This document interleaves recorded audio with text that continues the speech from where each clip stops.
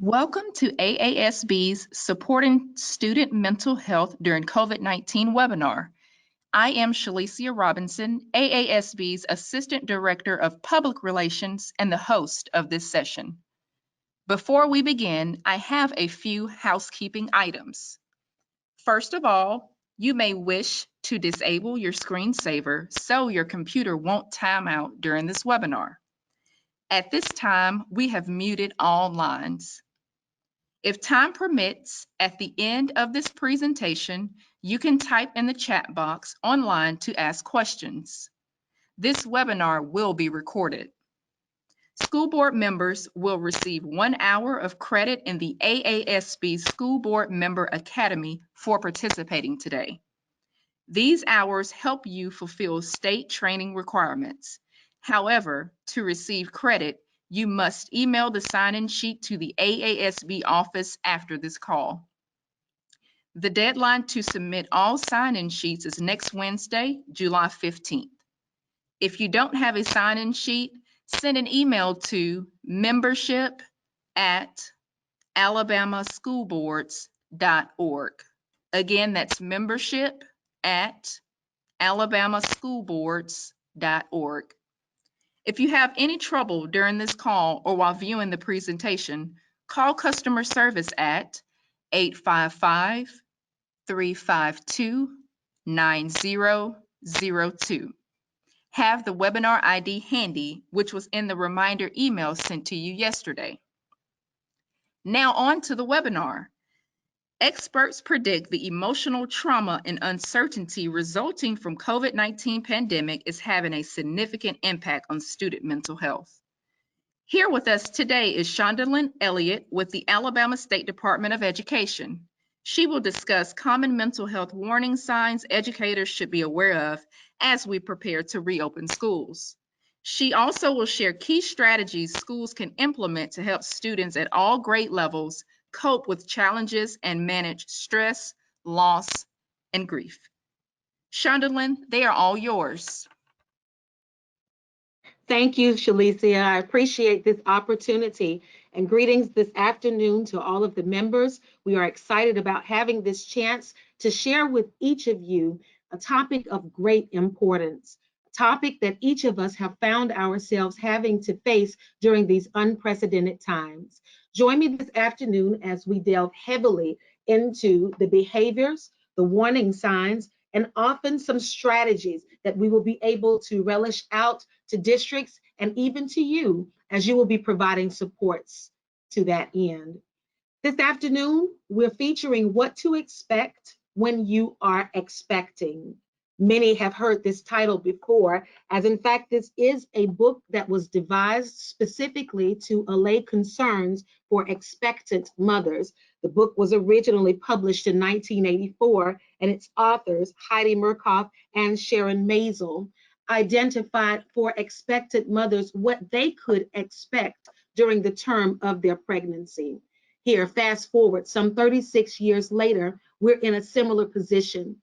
Though there are no expectant mothers of sorts who are waiting around for answers as to how to proceed, we do find ourselves in a position where we are expecting the unexpected as it relates to who we will meet in this fall forthcoming 2020 to 2021 school year. So this afternoon, let's take this opportunity to delve heavily into those issues that could arise so that we'll be prepared for what to expect once the doors of the schools reopen in the fall.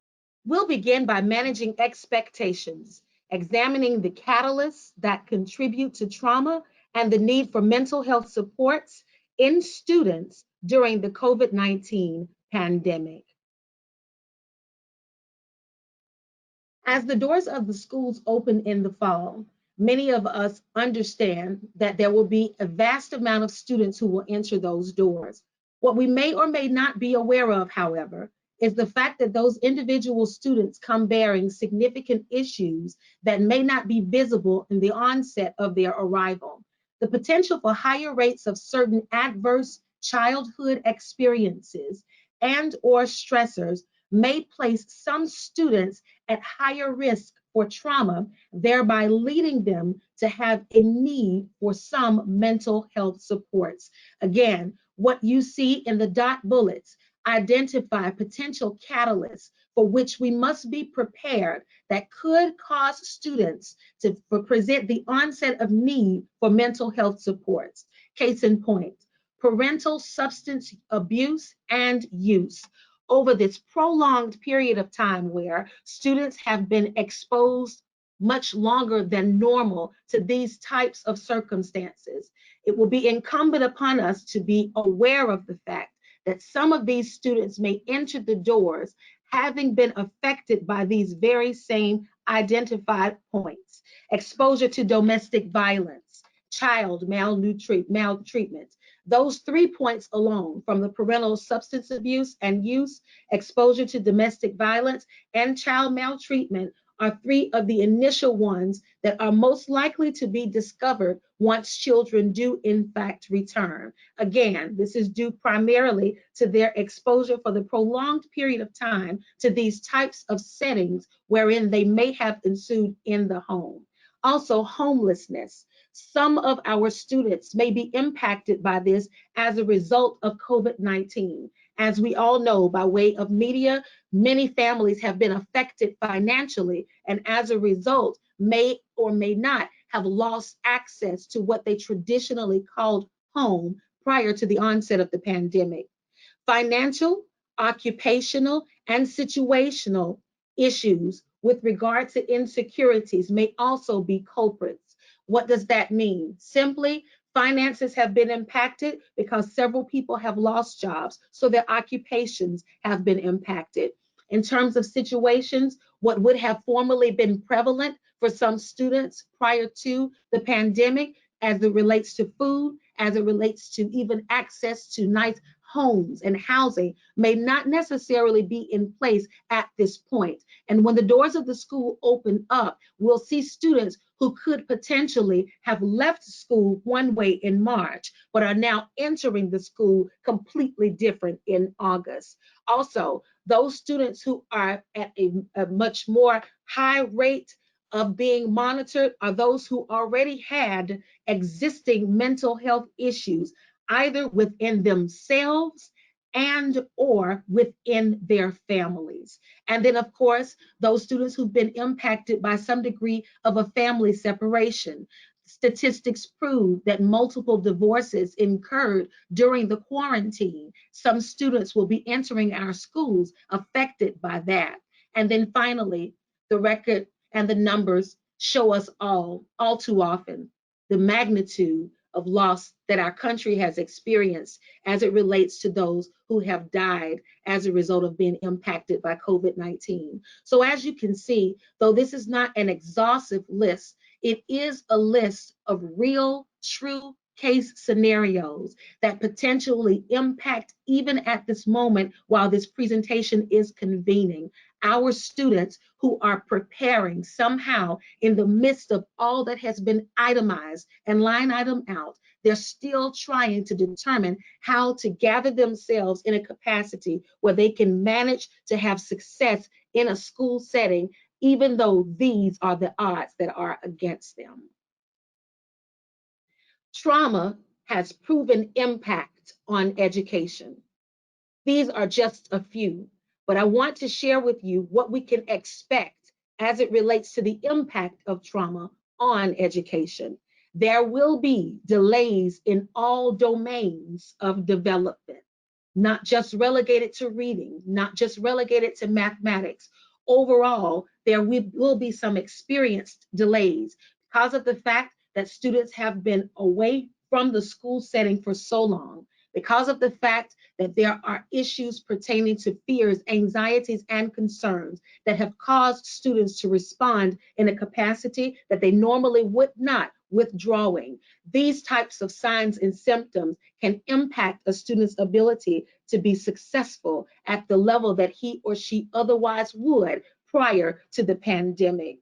Also, lower academic achievement, and these are fleshed out in these 3 case scenarios. There can be and likely will be a reduced ability to organize. Again, this will be due largely in part to the fact that many students may be harboring some innate fears, concerns, and anxieties, and have an inability to focus on completing one task at a time. A reduced ability to problem solve. As students left schools in March, they may have left with a mindset of creativity and being able to think beyond the problem, seeing what's behind what's in front, thinking outside of the box. But during the course of this pandemic, in conjunction with what you have just seen as those mitigating factors that can impact their level of success, now problem-solving strategies may not be as easily encountered by these same types of students, because now so many problems have come their way in such a short period of time, problems for which they have not been successful in securing a solution. So we will see reduced ability to problem solve on the behalf of several of the students. Also, a reduced ability to process information. No one needs an explanation to this end. However, all of us can identify with times in our individual lives when other issues were taking place, and yet we still reported to a professional setting to be an employee on a job.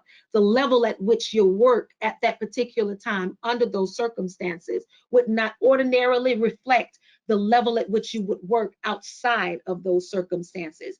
As it is for adults, all the more so it is for children. There will be a reduced ability to process information where not once, not twice, not three times, maybe four, a teacher may have to recant and state again what it is that is happening or is requested of each of the students and what the teacher is expecting to have happen. Teachers are going to be encouraged to allow students to hear one set of directions at a time and not multiple sets at a time, because we anticipate that there will be a reduced ability to process information. And then, of course, emotional responses or symptoms of trauma obviously can negatively impact concentration, giving credence to the statement that I just made about the reduced ability to process information. And of course, emotional responses or symptoms of trauma can negatively impact memory. Several students may have difficulty recalling. Some students may be barred by some of the traumas that have been experienced, and they may be students who are affected by selective amnesia. You never know what may take place. And at this point, we stated in this capacity of preparing everyone for that which they should expect without knowing what it is, in fact, we are to expect. And so statistics prove that these are outlined items of impact of what trauma has the capacity to do as it impacts education as a whole, but moreover, as it impacts our children who are present to be educated. Let's take a look now at some of the behaviors. And in doing so, we'll focus on some typical student responses that emanate as a result of the effects of the pandemic. The overarching behavior that will be displayed in multiple capacities and fashions in schools with students will be anxiety. What we'll do at this point for the next two slides is take an opportunity to do a deeper dive into anxiety, because not only are the students anxious about the current, but they're also anxious about past matters, and they're anxious about that which is to come. Let's look together. Anxiety that is relevant to past traumas. Some of the students who enter the schools in the fall will be impacted by anxiety from traumas that were not yet complete, that were still even underway in some cases during the time just before we were released to go home to quarantine. For example, those students who were attacked by bullies, whether it was cyberbullying, whether it was the onset of face-to-face bullying, however it was, even by way of social media, those bullies may still be present in the school setting, and there will be some anxiety for some students to have to return to school knowing that what took place prior to their exit may likely be waiting upon them in their new arrival. Also, former academic struggles. Students who struggled academically prior to March may have some trepidation about returning back to school, not only because there were already pre-existing academic struggles, but now the loss of the information that was gained and what had been retained during the course of the school year is yet another factor. Statistics prove that there is a significant degree of learning loss even over the basic 3-month summers for students, but all the more those students who are impacted by COVID-19. And so those students who have academic struggles and had those prior to are probably capitalized in their anxiety now as they know what could potentially await them upon their return. And then exposure to risk factors. Let's look more intimately in this. Those students who have anxiety about exposure to risk factors include those students with pre-existing mental health needs. We'll focus specifically on those students who have issues where they are especially true of events and of people that could contribute to the onset of their manifestation. Just for an example, students who require special needs support as it relates to the school setting who have been diagnosed with autism may be dreading and have anxiety about returning to school. Something that many people don't know about is that those types of students who are impacted by that generally have fear of loud sounds. So returning to school means an exchange of class for some in the upper class. It also means a concern about drills, loud noises pertaining to fire drills, tornado drills. These are contributing factors that can contribute to the onset of the manifestation of the need. And why is that an issue? Because several students may have learned how to manage what they have need of as it relates to mental health supports to where peers may not be aware of their need. But now, capitalized upon the concerns and the anxieties of what's taking place, there is a concern for some students that they may or may not be able to manage as well now in light of all that has taken place, and they have anxiety about returning back to school, facing those same risk factors and having to determine their way of establishing a new normal. In addition to having anxiety that is relevant to past traumas, we'll have some students who will be returning back to us who will be experiencing anxiety relevant to present circumstances. The key, one of the primary concerns, obviously, the elephant in the room, COVID-19. School reopening can present concerns based on the pandemic, especially but not limited to, inclusive but not exclusive of, COVID-19 number increases. At the very base of this slide, I'm sharing with you what should be done and what can be done to help minimize or allay this degree of anxiety. Watching continual updates on COVID-19 may increase fear and anxiety. So we would do well, and it would behoove us to ensure that we monitor closely, and there will be additional slides to this end, but we must monitor closely the amount of exposure that students are receiving as it relates to the progression of the COVID-19 pandemic, the number increase, and its impact on society. Also, developmentally inappropriate information or information that is designed for adults can cause anxiety and or confusion, and this is especially true in younger populations of children. So it again behooves us to be very sure that we are aware and that we monitor the amount of media time that students are exposed to during times such as these, when anxiety that relates to present circumstances has the potential of causing students intense concern.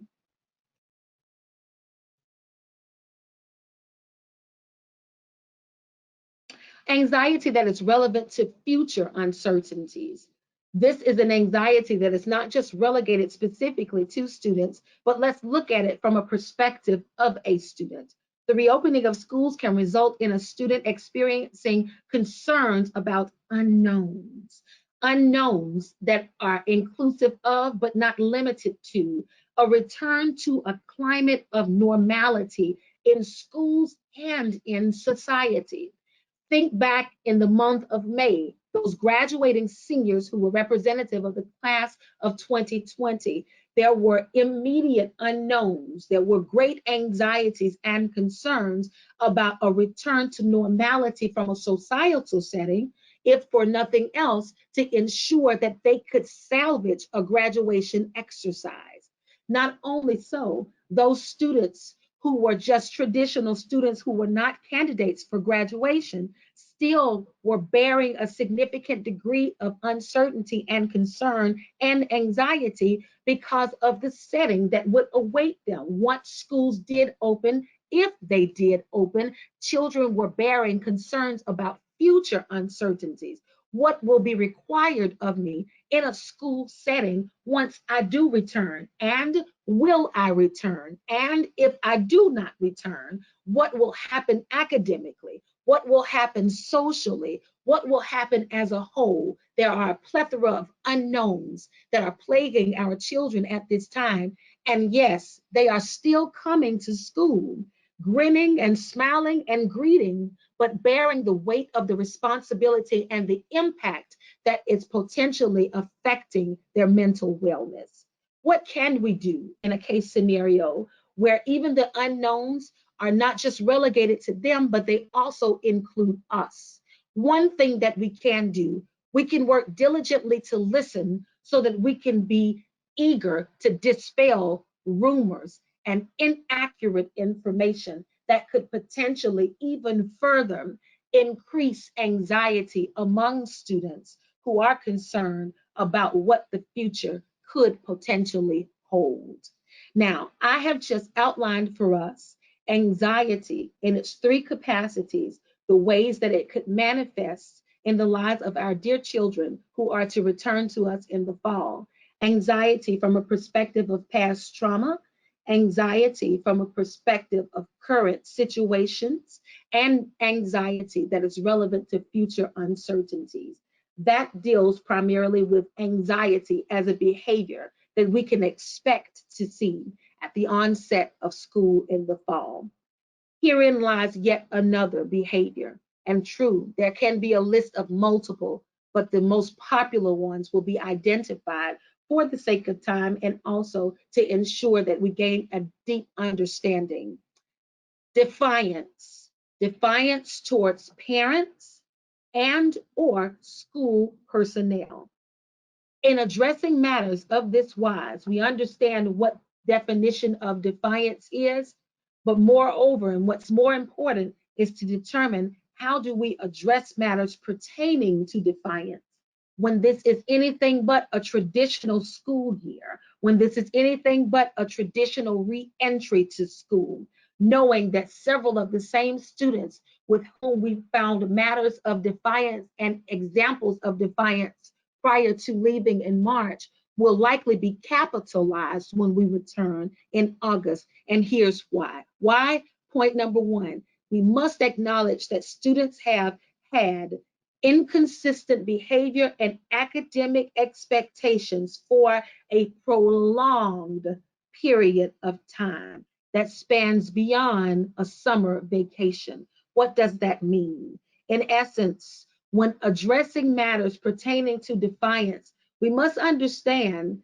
that for some of our students who are returning to school, the requirements, the expectation towards discipline, those have been significantly relaxed for several students.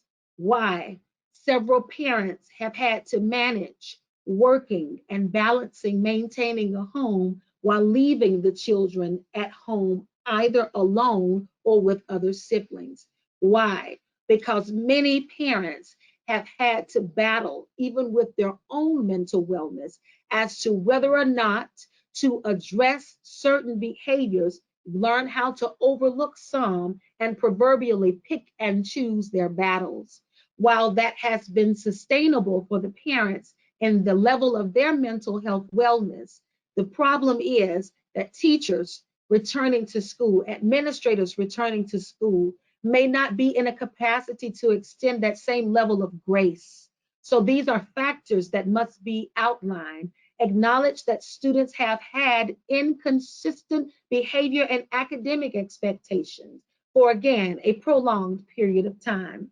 What else can we do? We can view behaviors through a trauma-informed lens and as a potential symbol of deficits exposed after a prolonged adjustment period. At the opening of the presentation, I outlined some of the mitigating risk factors some of the students were coming in with that could serve as catalysts that would contribute to the need for their mental health supports. As a result, when we view these students, when these behaviors begin to manifest, we're encouraged to view their behaviors through a trauma-informed lens. That is, rather than looking initially at the behavior for what it is, it behooves us to be aware of the fact that there's a significantly strong chance that the behavior is simply the result of a desire for a deficit to be filled, whether that deficit is attention, whether that deficit is fear, whether that deficit is a need for assurance. We are to view the behavior with a significantly different viewpoint as we otherwise would. Why? Because the students have been affected by an overly prolonged adjustment period. They're being forced to adjust to the current set of circumstances, forced to adjust to a new normal. That's an oxymoron because it's not normal, but they're being forced to have to make an adjustment and accept things that have never been revealed to them before, and behaviors will manifest as a result. And finally, how do we address matters pertaining to defiance? We must anticipate student defiance or resistance as a method of their wanting desperately to establish control. Remember, they have been away with a prolonged period of time, distance, with inconsistent behavior and academic expectations. They've been exposed for a prolonged period of time to a period where they've had to learn how to adjust. Coming back to school for some students is their one opportunity to seek to establish some degree of control over a situation that is completely out of control to them.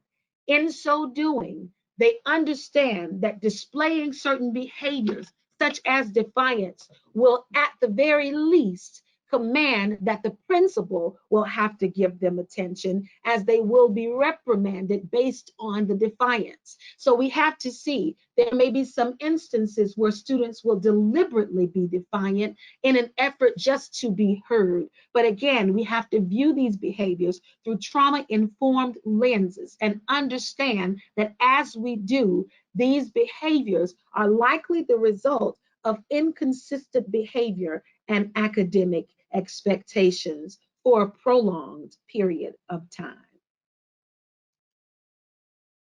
Now, what can we do? Earlier in the presentation, I mentioned about the importance of monitoring television as it relates to students. But let's take a look for the next two slides at two intervention strategies, or some, that we can implement that will provide some degree of assistance both to the children but also to the adults who have to work with the children who are affected by the mitigating factors that were mentioned already.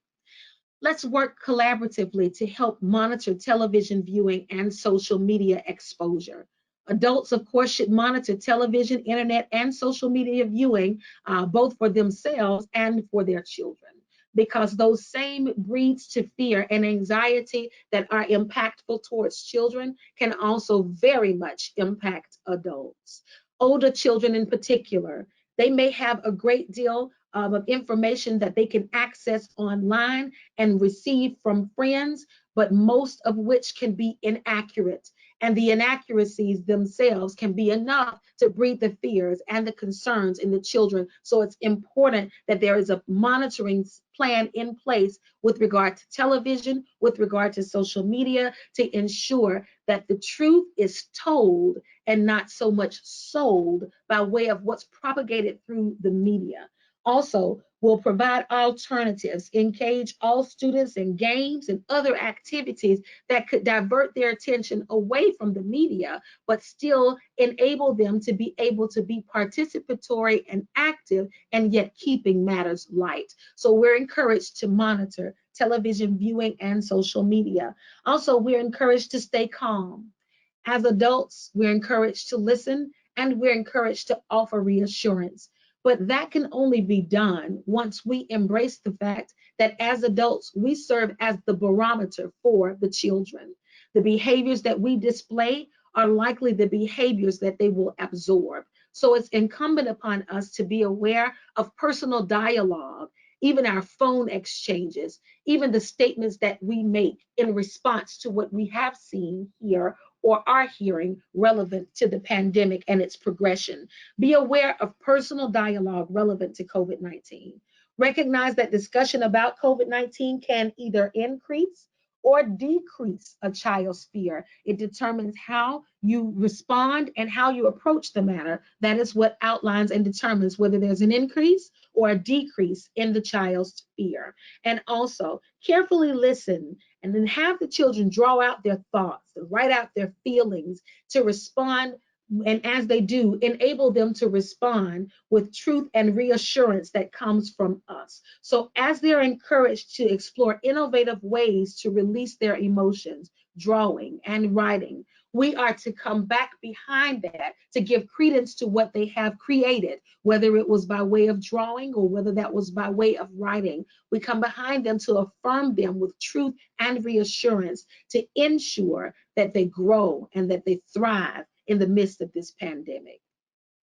Of course, go ahead and explain. We're encouraged, all of us, to explain social distancing, not just once, but often to students, because they need to understand the guidelines associated with it, but moreover, they need to be aware of the importance of following the lead of health experts so that each of us can be responsible for doing our part to help to allay the concerns and to help to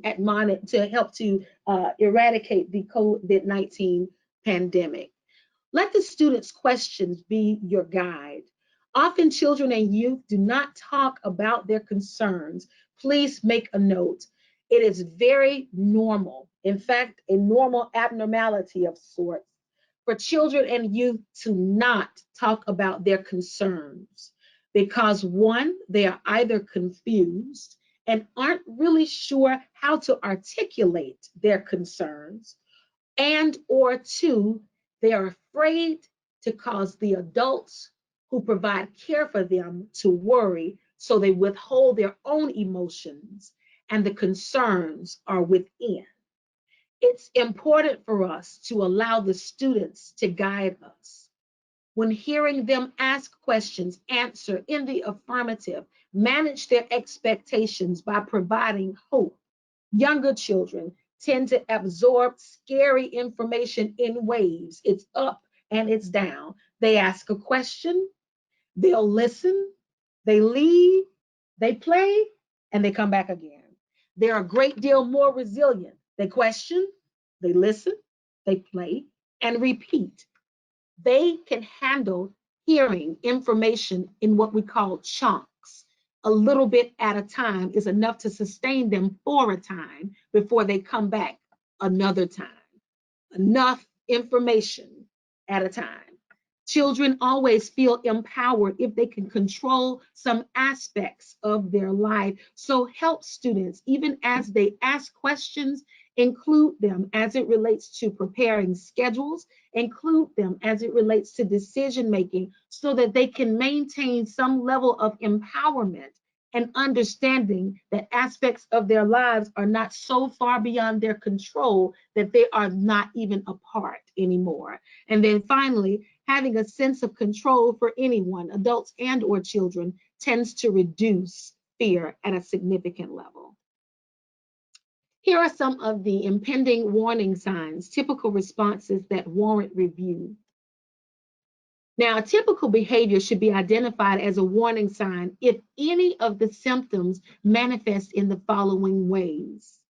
Again, a typical behavior should be then identified as a warning sign if it falls in one of these three categories. One, if a typical behavior becomes a symptom that does not decrease over time, it in fact will be served as a warning sign that could lead to the need for some intervention and potentially mental health supports. The typical behavior manifests in such a capacity that the symptoms severely impact the child's ability to participate in normal activities. That is a warning sign that may warrant intervention and could potentially cause a need for mental health supports. If there is a significant change that is noted as a result of the symptom displayed, again, this too could warrant deeper investigation and may call for a need of mental health supports. Please note, a referral to a mental health professional may be necessary if symptoms persist in accordance with any of the three identified manifestations that are listed here. So let's look back as these warning signs help us to identify why they would constitute serving as a warning sign. If the symptom does not decrease over time, if the symptom severely impacts the child's ability to participate in normal activities, and if the symptom warrants significant changes, the need for a referral for mental health supports may be necessary. Let's take a look at these signs. Disruption or withdrawal from peer relationships. Remember, this results in a significant and a change in the child's ability to participate in normal activities. Disruption or withdrawal from peer relationships. General lack of energy or lack of interest in previously enjoyed activities. What the child formerly enjoyed doing, he or she no longer has an interest. Strained family relationships, meaning increased misbehavior at home. Remember, there has been a change. There has been a prolonged exposure and a relaxed set of expectations academically and behaviorally. So there may be some warning signs where there are strained family relationships, reflective of increased misbehavior, reflective of lashing out against various family members, reflective of refusing to participate in normal family routines. And of course, a decline in school performance, avoiding school or wanting to avoid school altogether, and difficulty in concentration. Further, physical complaints. You find these generally more with the younger population. And in our next slide, this list of warning signs will be streamlined to reflect the age groups wherein these warning signs are most common. Physical complaints with no apparent cause, stomach aches, headaches that have no rhyme, no reason, were not there yesterday, but now are becoming a pattern, and students are crying and complaining about physical complaints that seemingly have no cause. Threats of harm to self or others, repeated nightmares because sleep patterns will be interrupted even in the next dot point, difficulty falling asleep or staying asleep as a result of fears, eating disturbances, difficulty containing the food, difficulty keeping it down, difficulty with appetite, increased arousal to be angry, easily startled, easily angered, easily aggravated, easily made irritable, and easily sparked to the point of aggression. And then, of course, any signs of regression in behavior, now thumb sucking, wetting the bed, extremely clingy, and fear of the dark. If these have not been formal signs before, but are now in the onset and have a higher frequency level, this may warrant a referral. Let's take a look in the next slide as we categorize these warning signs by way of the age groups that normally display them. The thumb sucking, the bedwetting, the clinging to parents, the sleep disturbances, loss of appetite, fear of the dark, regression in behavior, and withdrawal are typically reflective of our preschool population, our younger ones, pre-K up until potentially first grade. Elementary students, those students in grades 2 or 3 through 5, these students generally demonstrate the irritability, the aggressiveness. They too, like the little ones, have a clinginess. Notice that the preschoolers typically cling to the parents, wherein the elementary students may be clingy towards any adult with whom they have consistent and repeated interaction. That can include the teacher. Nightmares more as it relates to the elementary students, wanting to avoid school, not being able to concentrate, not willing to participate, play with, or interact with friends, or to even participate in activities. And of course, with our adolescents and our secondary population, sleeping and eating disturbances are common. In addition, just like with the preschoolers as well. But in this case, agitation, they're easily much more aggressive, increasing conflicts. We can be aware of the fact that there could be an expectation for increased school fights as a result of the pent up frustration that the students are experiencing. And remember, a lot of that is an endeavor for them to establish some degree of control as a result of feeling out of control.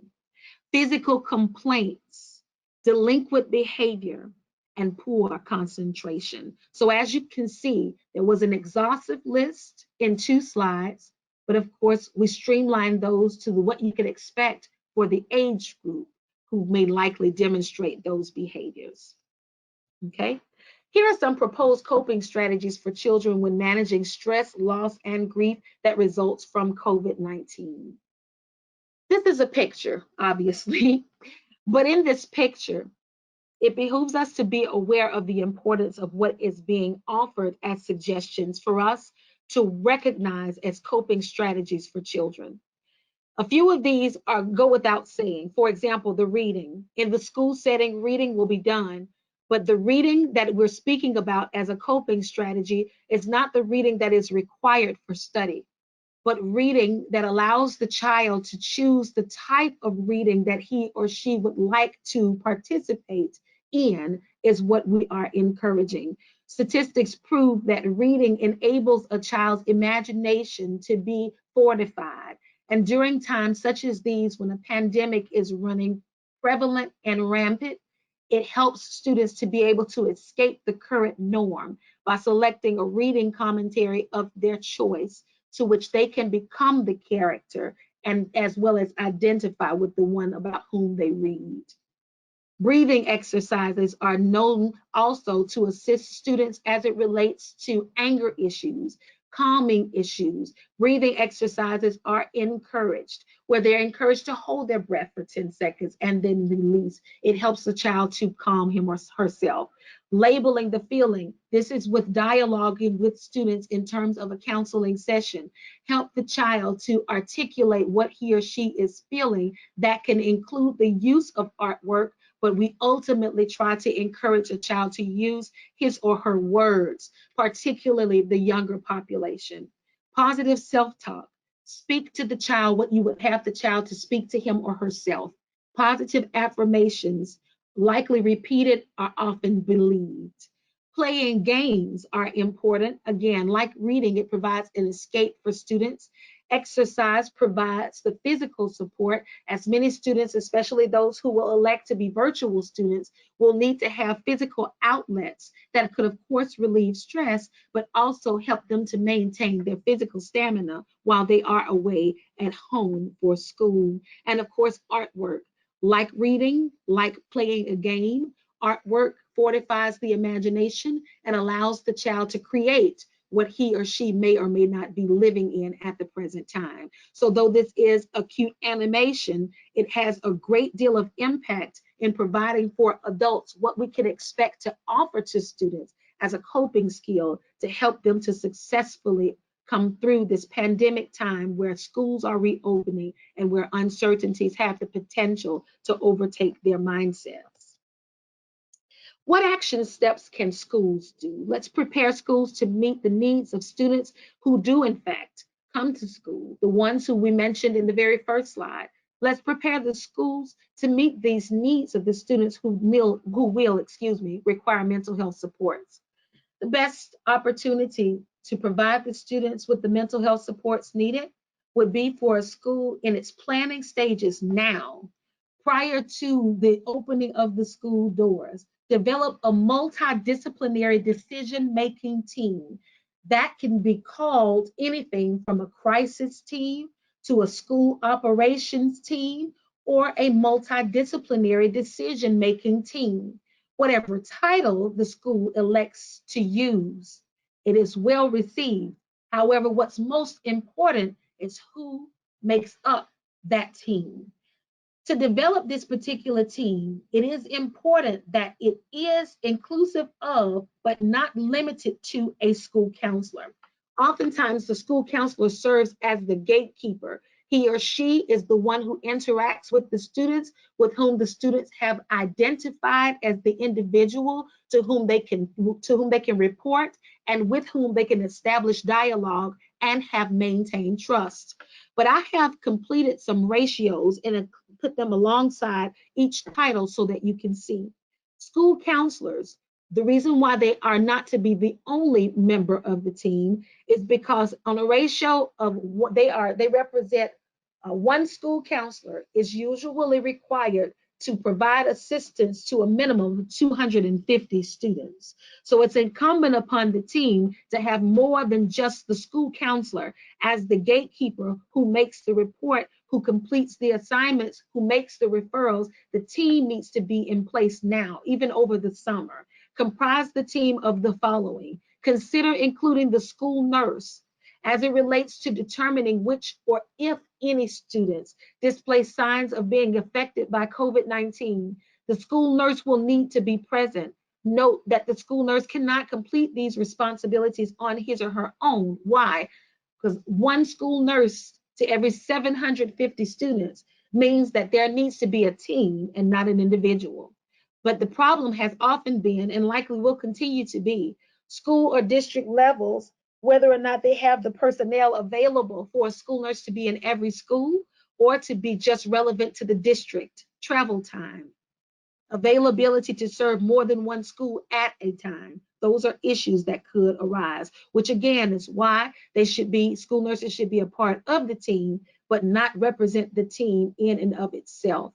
School-based social workers. Some schools have the leverage of having an on-site school-based social worker, but even so, there's one social worker to 250 students. School-based psychologists, the same is true. It's almost a rarity to have both a school social worker and a school psychologist, school-based on site. But in the event that they can be, they are to be included in the team.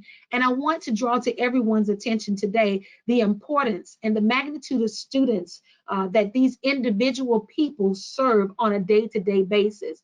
On an average, there are 250. On an average, there are 500. On an average, there are 700 children who are depending on one individual. And this is why now schools should be working behind the scenes, planning in preparation for the opening of the doors, having the team in place so that they'll be prepared to take the next steps, which include development and use of a referral system.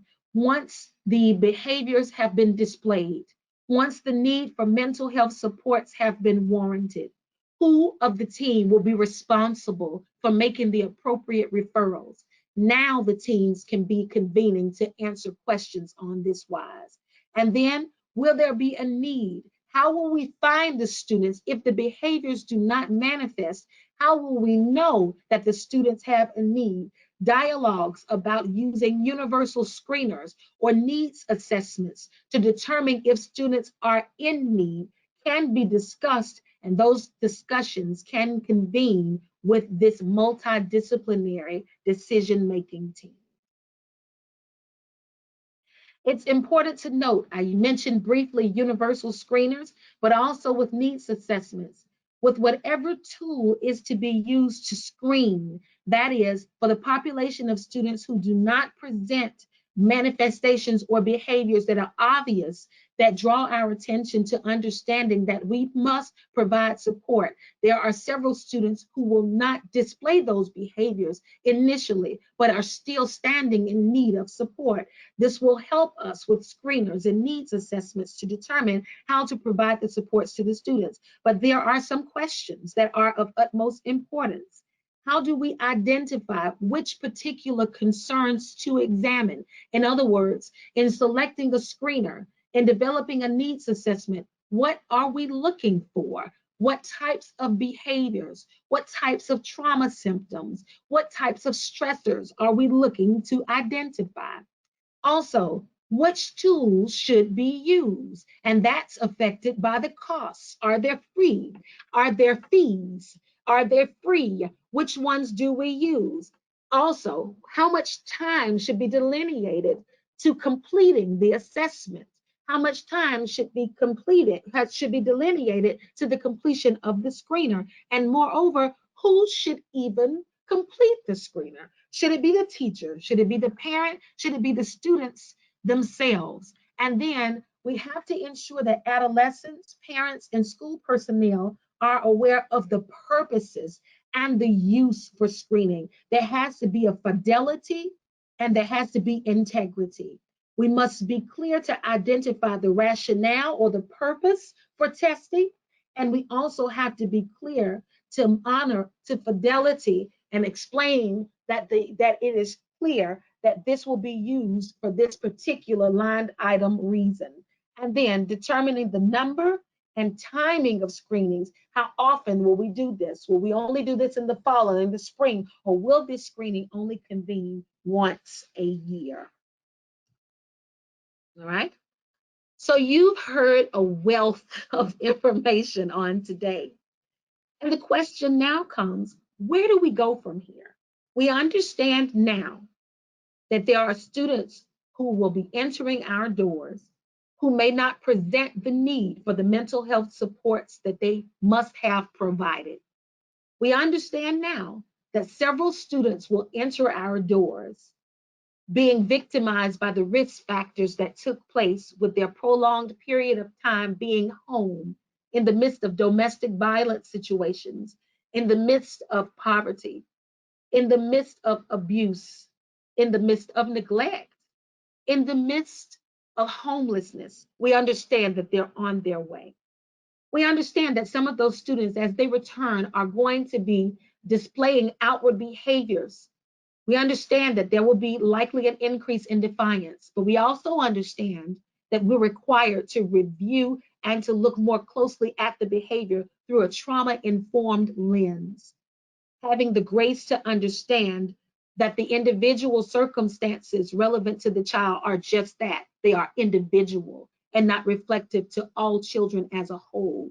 And it will require us to be more concerted in our efforts to provide support and not just provide consequences. And then finally, we've had an opportunity to see the warning signs that are reflective of certain age groups. Now that we know what to expect, while we are in fact expecting, where do we go from here? We understand that some students will need assistance with coping, and we understand how we can provide that assistance to help them successfully cope. But where do we go from here to provide even more in-depth support? What can I do? Can encourage adults to establish dialogue with explanations that are age appropriate. When dealing with adults who work with early elementary school age children, encourage them to provide brief, simple information. Less is more with younger children. And make sure that they provide reassurance. Younger children must be reassured. Also, assure students in this population that adults are present to keep them healthy, even when the doors open in the fall. In addition to teachers serving as instructors, it's going to be incumbent upon the teachers and even the administration to allow the children to understand we're here to keep you safe. We will encourage you to be safe while you're here. That is to help them to maintain healthy practices, inclusive of hand washing, mask wearing, etc. And then give simple examples of the steps people make every day to stop germs. Just like I mentioned, the washing of hands, the wearing of masks, etc. This works well for the early elementary school age population. What can you further do? Still encourage those adults to establish dialogue. Your dialogue is the power source by which we can learn, one, how to serve the students, two, which students stand in need, and three, which students we are to provide support. Upper elementary and early middle school children, this particular group often is more vocal. Some of what they say we have to prepare ourselves to hear. However, this is the age group that is a great deal more vocal, and they will ask questions that are pressing within them. They won't withhold that information. Earlier in the slide, you heard that there are some populations of younger children who refuse to explain what they're feeling because they're concerned about not being able to articulate well, being confused, and also they're concerned about breathing concerns in the adults who care for them. But this particular age group, the upper elementary, grades maybe 3 through 5 and middle school 6 through 8 are a great deal more vocal. Even though they're more vocal, they still need assistance in separating reality from rumor and fantasy. Remember, with rumor, make sure we monitor that social media exposure, as the early middle school age children may have some accessibility in that regard. Also, we have to be prepared to discuss the efforts nationally with regard to the state and the community leaders, and that they are doing their best to prevent the germs from spreading. That means we have to hold our personal opinions because, remember, as I mentioned earlier, we're the barometer for most of our children. And then finally, for our upper, middle, and high school students, what can you do? Still encouraging dialogue. Be prepared to discuss issues in more depth. Refer them to appropriate sources for facts. They can handle a great deal more information, but not by way of social media, and not even so much by way of the news. Some of the best information they can receive comes from the adults who they trust.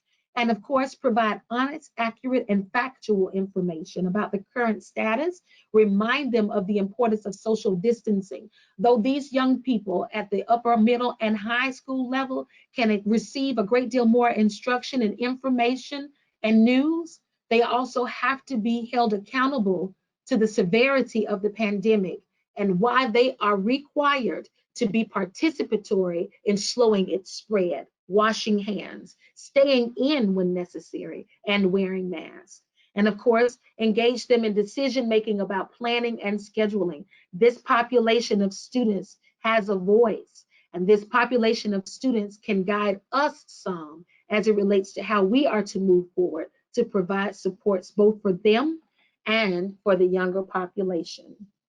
I'll stop at this time and want to tell you thank you so much and see if there are any questions, any comments, or unaddressed concerns. If time won't allow for us to speak them out, I want you to have accessibility to contact me. But at this time, Shalicia, thank you so much for the opportunity. I'm turning this back over to you. Thank you so much, Shaundalyn. That was an excellent presentation, so thank you again.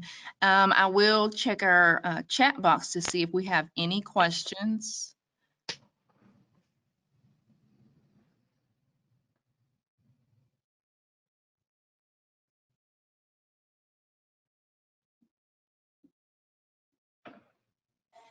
I don't think we have any questions, but thank you again.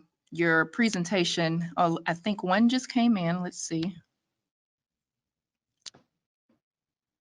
Oh, they want to be sure they have a copy of the PowerPoint. And yes, Deborah did send that out, but I will make a note to send that out to you again, Ms. Clark. And we have a question. Let's see.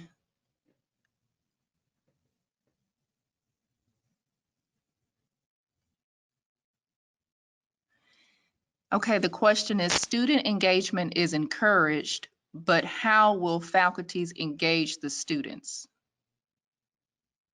Student, say that again, please. Student engagement is encouraged, but how will the faculty engage the students? Transparency is going to be key. As the parents, as the teachers and the faculty members prepare to return to school, it is very important that they remain transparent That means explain whatever concerns they may have themselves. Provide opportunities during the course of the school day for questions to be asked, should there be any, with the students. But also make sure that the teachers understand, and a good teacher who has a command of his or her content is able to deliver the instruction that is relevant to the times. And what I mean by that is, though these times are very unprecedented and they breed anxiety, it will be incumbent upon the teachers to rely upon those innate tactics that he or she has as an instructor to engage students by way of humor, to engage students by way of innovation, relying not so much on the textbook, but referring more to what will generate activity and participation on the behalf of the student. So yes, though social distancing will be required, though there will be the wearing of masks to be required, an excellent teacher will know how to marry the concepts together and incorporate additional specifics relevant to humor, relevant to helping the children to use mnemonic devices to breed engagement. Remember the point that was mentioned earlier, the adults are the barometer. So if the teachers perceive as though the pandemic is not happening, and what I mean by that is, it's not serving as a distraction, but it's being utilized and is being incorporated in the instruction, not to serve as the elephant in the room, but to allay the concerns of the children who are in the room. I hope that I answered your question.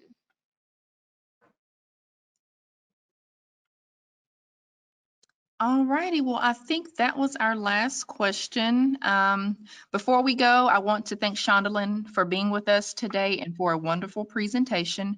I also want to thank all of you for your participation. We hope you found this webinar to be useful.